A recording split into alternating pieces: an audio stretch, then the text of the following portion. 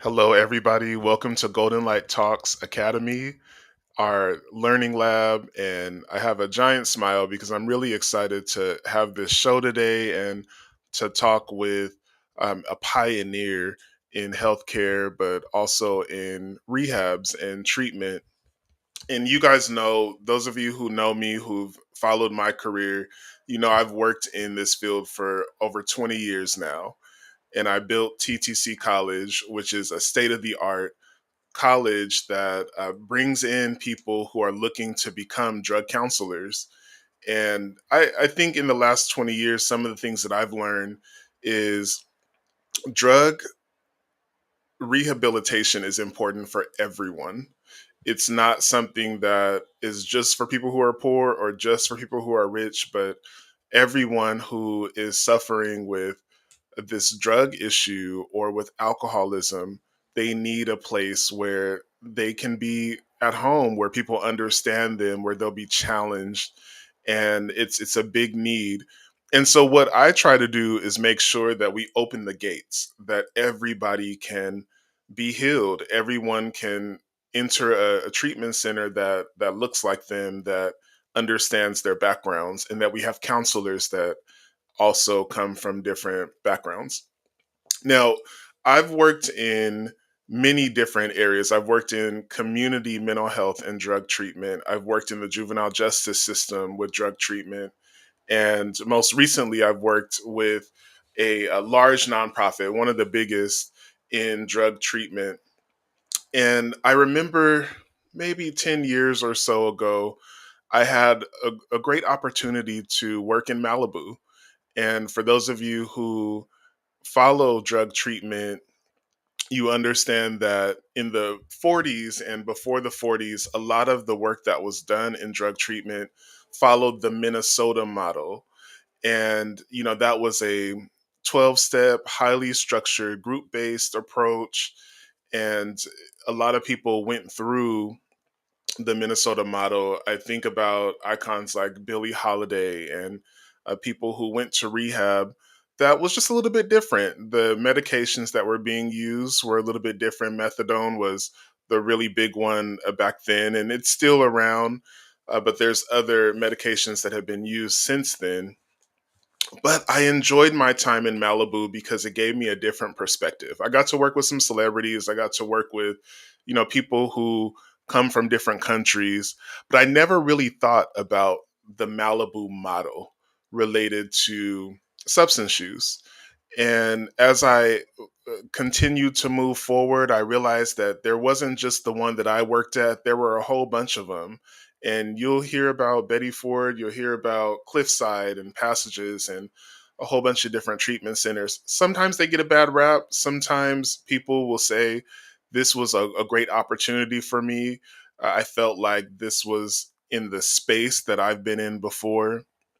But the Malibu model of treatment really has its home with one man and within a company that has been pretty much synonymous with drug treatment and Malibu and Luxe drug treatment. I think one of the things looking at the Malibu model was you don't have to suffer to get better. That was a quote that kept coming up. And when the Malibu model came in the 80s, it really challenged this notion that rehabs had to be punishing or institutional. It created a dignity, autonomy, care, especially for those who had access to pay for it. And with these Lux rehabs, you have a client-centered and flexible approach. Um, there a lot of times there's private chefs. I've had a lot of meals that were cooked for me and big beautiful ocean views watching the sunrise in Malibu, yoga, massages, and not really necessarily to pamper in theory, but to treat addiction with a little bit more dignity and comfort. And I really appreciated that framework and that idea. I realized how disruptive that was to what was going on prior to that with the Minnesota model. And I really think that the work that Richard Rogg has done over the years is indicative of this fire and this desire to disrupt traditional group based treatment, to allow more access to other people to be healed and to get not just sort of the pampered luxury, but to hear we need treatment that matches us, but that is still going to challenge us. And that's where promises comes in. So I want to talk with Richard today about promises. As I was getting ready for this episode, I thought what song best exemplifies for me, and I think for our generation, this idea of restorative healing. And I thought about Fix You by Coldplay. And in particular, there was a line where they said, "When you love someone, but it goes to waste, could it be worse? Lights will guide you home and ignite your bones, and I will try to fix you." All right, so we'll be right back with Richard Rogg.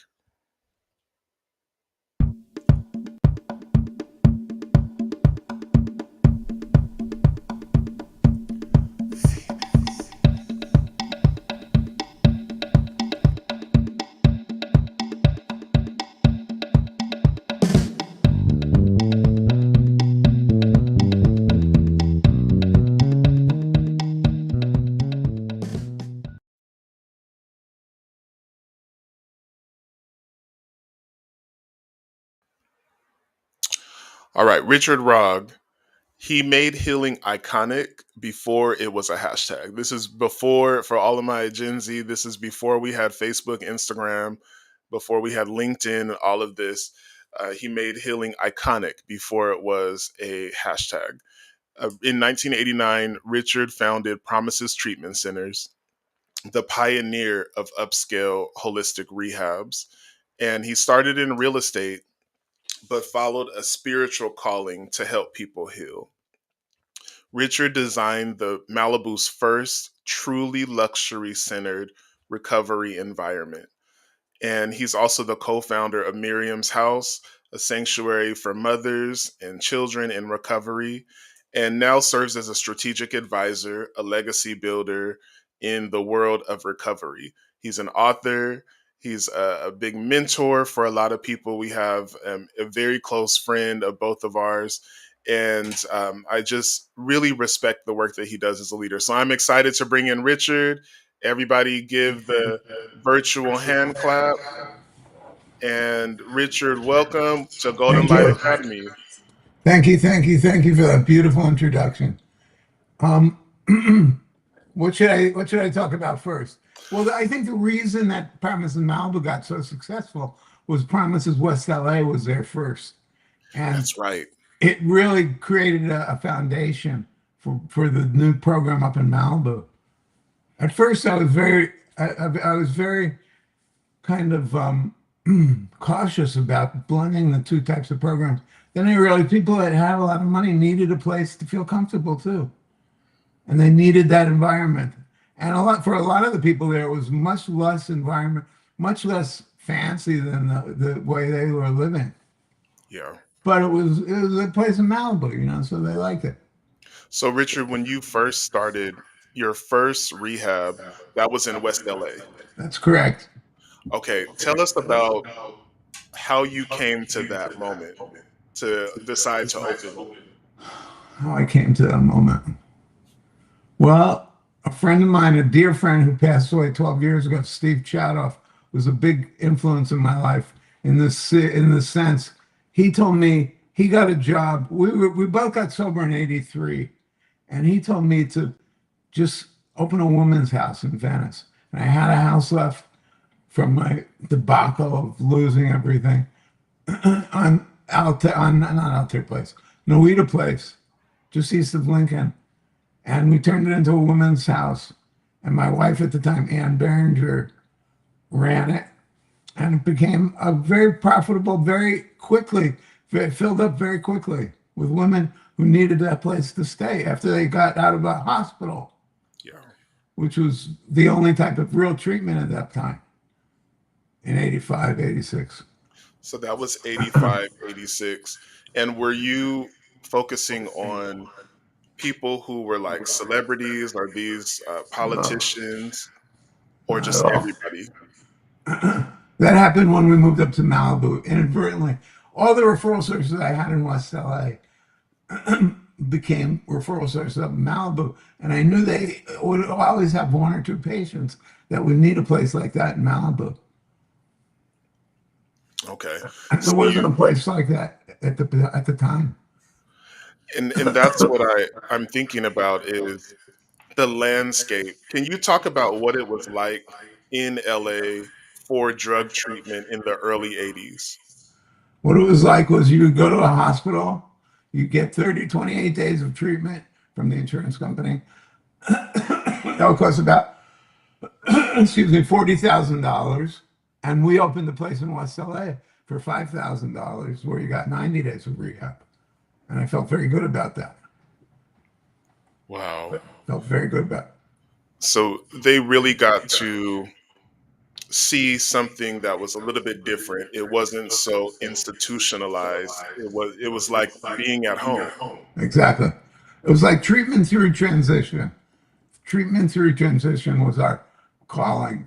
And the calling was through sober living. We had sober living houses built right into our network that were very easy for people to transition to.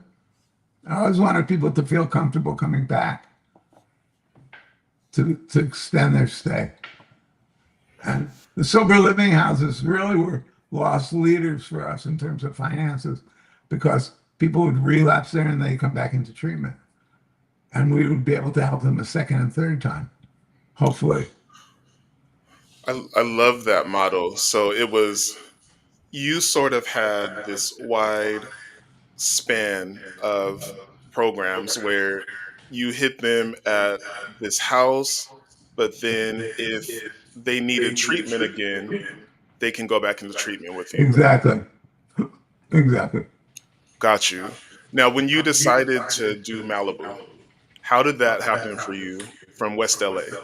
I remember one of the patients we had in West LA was a big agent at CAA. He subsequently passed from this disease. And he said, man, you need a place that's not so much a Marriott. You need a Four Seasons type place. So I went up to Malibu and I found these properties that I couldn't afford. My wife had some money at the time, and she bought these houses for me or for promises, and or she put the money down.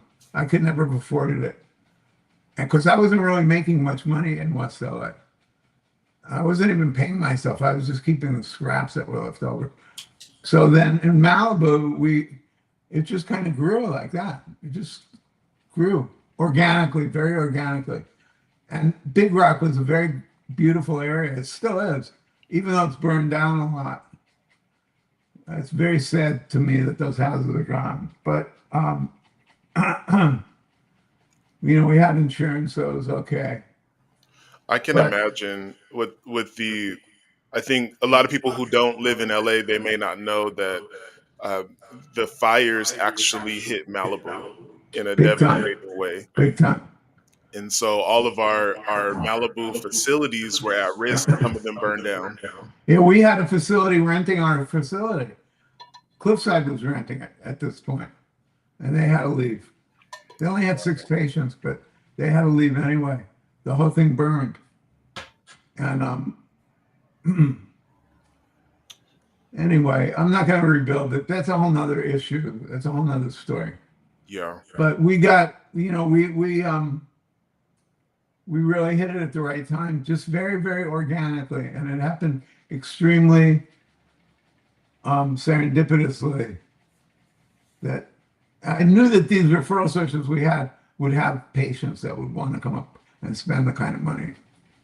And my daughter, who's an MBA at MBA Business School at UCLA now, is asking me how I came up with the prices. And I just came up with them in my head. I didn't have any planning or anything. Wow.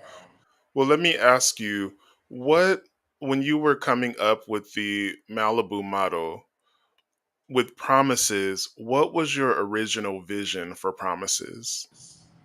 My original vision was for people to have a place to come where they feel safe and they could come back anytime and talk to their counselor or talk to other people. Give it away, give away the sobriety. That's the same thing with the Miriam's house that we started in West LA. We connected the staff and the patients with the women down there who were really in need of help because they didn't have any money and they Right. had kids and they're trying to get their kids back out of the system. And I definitely want to talk about Miriam's house a little bit later as well. Did you know when you opened Promises that it would be different from all these other treatment facilities? Not really. No, I didn't.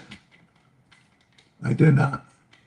But I base it off of my own sobriety, what I did to stay sober and to get sober. And eventually my sponsor came who really taught me the ropes of AA.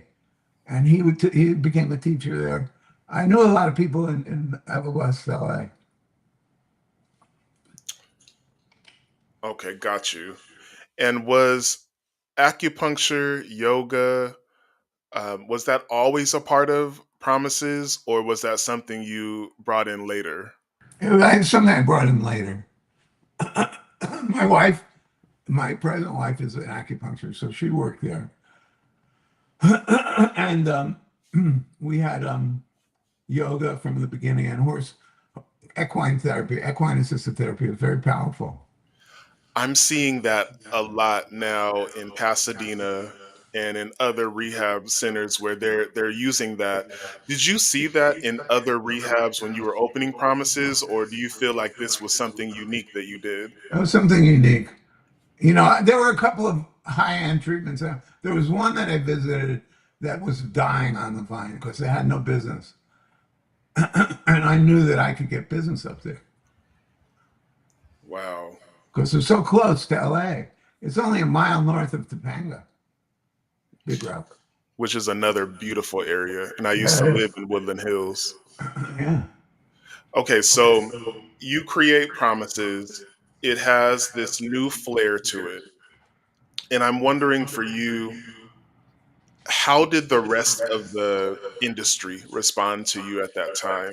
Were they having a hard time with this new Malibu luxury treatment center? Like, what was going on? I think Betty Ford was kind of pissed off at us. That was the only other place that took celebrities, and they felt like we were encroaching on their business. And then there were the people that copied me, very word for word, and I just had to I had to go by the spiritual principles of everybody needs a place to stay. Yes. So I help these people. That's the only way I can stay sane. I help them start their program by giving them our charts and our employee manuals and everything that we've created. You weren't worried about competition or No, them stealing your work or your legacy. not at all. I love that. It speaks to you operating under a higher order. Yeah, well, I And had to. I had no choice, really. What am I going to do? Fight these people? How am I going to stop them? What am I going to do? right. And it still didn't stop Promises from being seen as the apex in the field. No, it didn't. And it still continues to this day. People know promises all over the world. It's Yes. crazy. It's absolutely insane. People Yeah. make life choices, health choices based on some fucking celebrity who goes in and signs up for treatment and promises. It's crazy. Yeah. I think that was part of my experience for sure when I worked in a luxury treatment. But I remember Promises always being the one we all looked to. Like, Yeah. what's Promises doing? How strong are they? What else could we do at our facility? And it's And made it difficult because we had to compete with those people in a sense. So we had to change our view a little bit. We were very like patients have to do chores and they don't get their phones and blah, blah, blah, blah, blah, blah, blah. And now it's a totally different thing. okay, so that's interesting. When I worked in the Malibu treatment centers, everything was taken care of. Yeah. Chores, food, everybody, pretty much the patients had to just go to group and go to their individual sessions. We would take them shopping and, take them out to the beach. But so when you structured it, you included other pieces that should help them in their treatment, like Exactly. being Like able. roommates. Like having a roommate is a big deal. A lot of people pay $90,000 for a private bathroom and a room with to themselves. But that's not the therapy. The therapy is learning how to get along with somebody else. Exactly. And it can happen at any time in the day or night, you know? A lot of what happened, it promises happened when the staff really wasn't even there. It was just very skeletal staff that was there. And these people were coming off the walls. How do I stay sober now, man? How the fuck do I stay sober now? How do I stay sober in the midst of all this craziness? And they talk to a tech or somebody, a night person, and that person would tell them how to do it or share with them something that happened in their life. It was a very social model type program, which doesn't sound like very fancy, but it's very effective.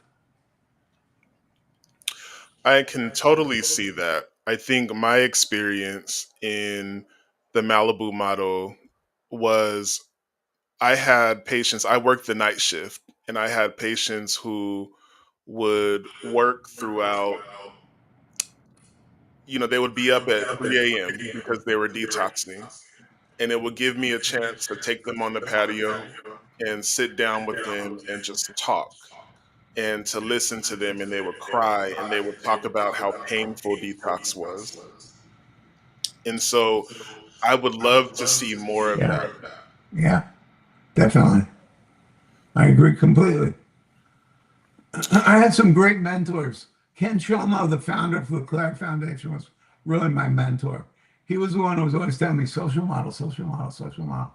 And I was thinking, man, that's not going to sell. How are you going to sell social model? And it did. It did. It just worked out beautifully. Wow. What about 12 steps? Was that something that was important in the promises model? Absolutely. We figured we only had them for a certain amount of time up there, and or even in West LA. And it was about how do you get somebody into the steps? How do you connive them to get like I got into the steps through my best friend getting sober, and not him not wanting to get not wanting him to beat me. That was how I got into the steps. I didn't even look at the steps until 9 months sober. Wow. Well, are there any moments that you think of when you first open promises that are just their memories that are important to you?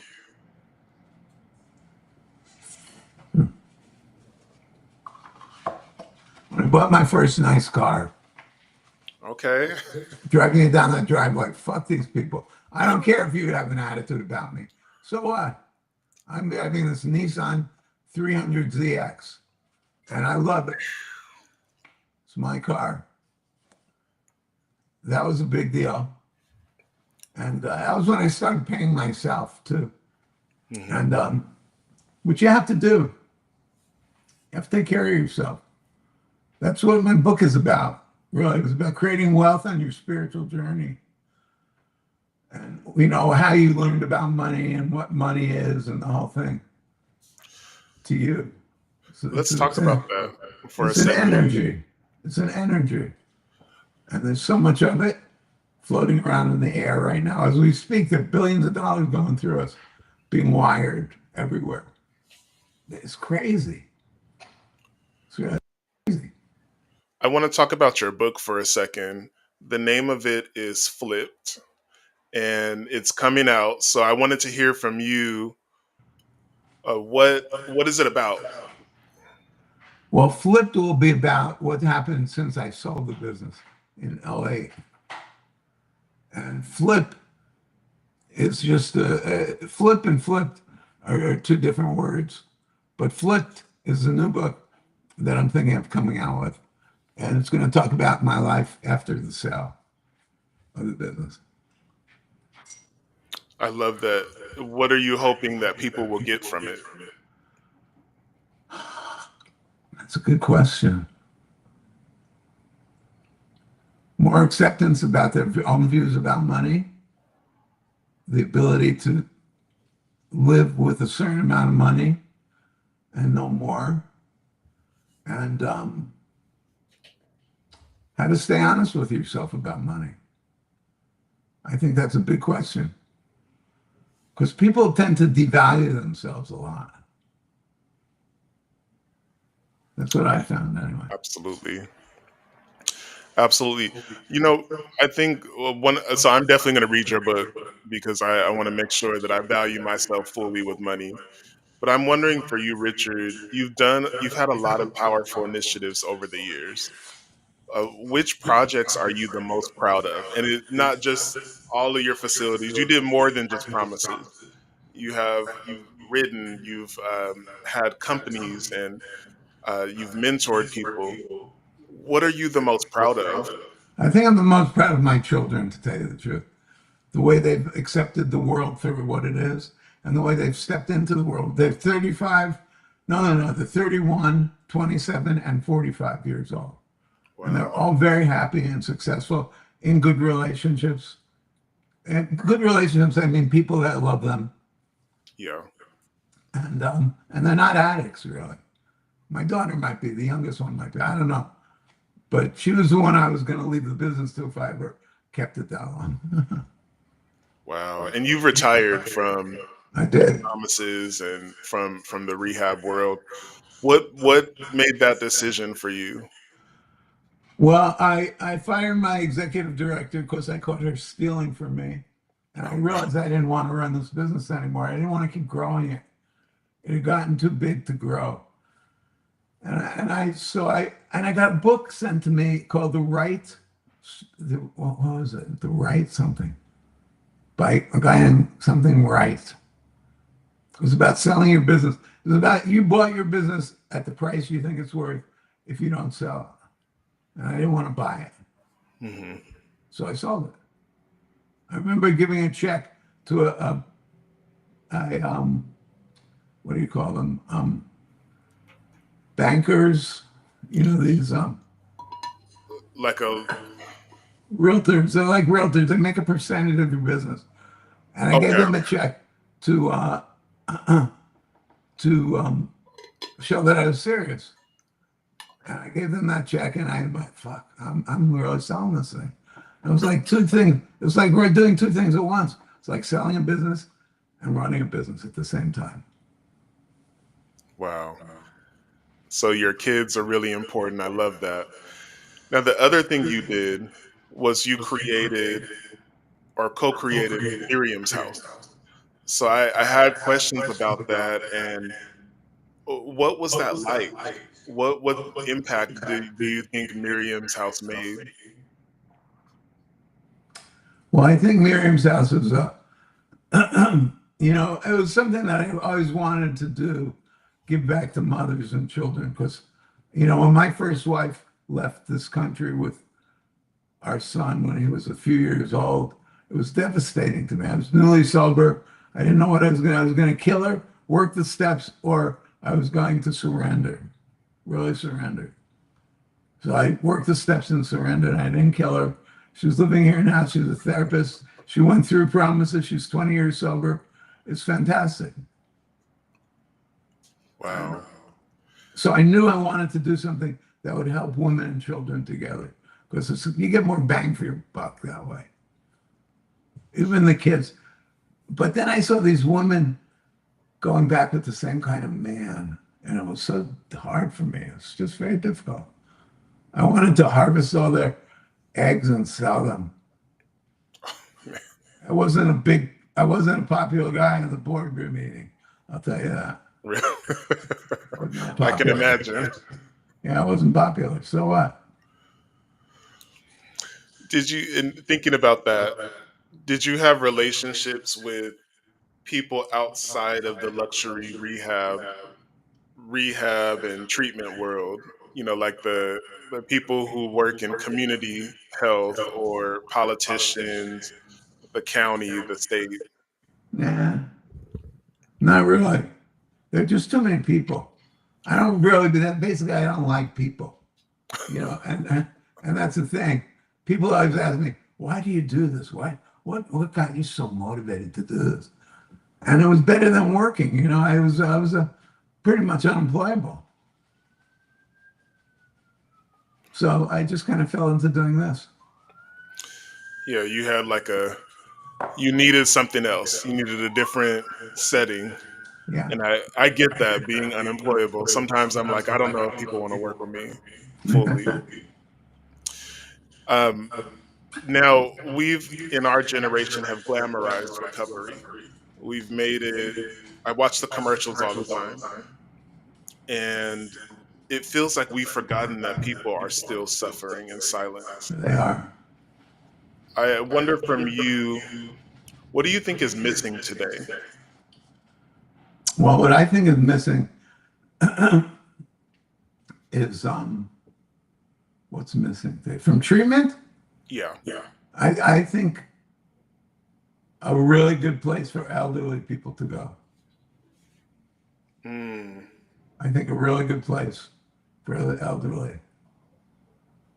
The baby boomers that are on the cutting edge of the next generation. There's a lot. I mean, there's a high rate of baby boomers and people who are really suffering that are elderly. And I've spoken on this before, but um, I can see a need to support for sure. Absolutely. For those of us coming up as leaders in this industry, what would you say to us? What would be your message to us? AA. AA. AA, man. AA is the freedom to be the person you want to be, or the person you are. And that's the most beautiful thing in the world, to be the person you are. I think Alcoholics Anonymous is the way to go. So incorporating 12 steps. It seems like a lot of people are moving away from the 12-step Yeah. model. Yeah, because people don't want to. It's a whole bunch of shit. It really is. It doesn't work. I mean, I think AA is just the most fantastic thing in the world. But that's just my opinion. Yeah. That's just my opinion. My dad went through AA, Did and he get so sober? he did. And he stayed sober for over 30 years. That's great. Great guy. I Something I'm wondering about is in our field, there's also different types of healers. So not just counselors, but non-traditional healers, people who are doing other types of work. Um, do you see that as important in the work that we do to incorporate other types of healers? Um, Definitely. I think the more exposure people can get to other types of field, as long as these people know that they can't take advantage of the patient, that's the important thing. I've had I've had adjunct type healers come up to Malibu and, oh, I wasn't supposed to sleep with that person. I'm sorry, I didn't know that. Oh, that wasn't allowed. But she had feelings to me. I mean, yeah. So what? They have to know they have to know what the boundaries are. Boundaries are very important in rehab. Hmm.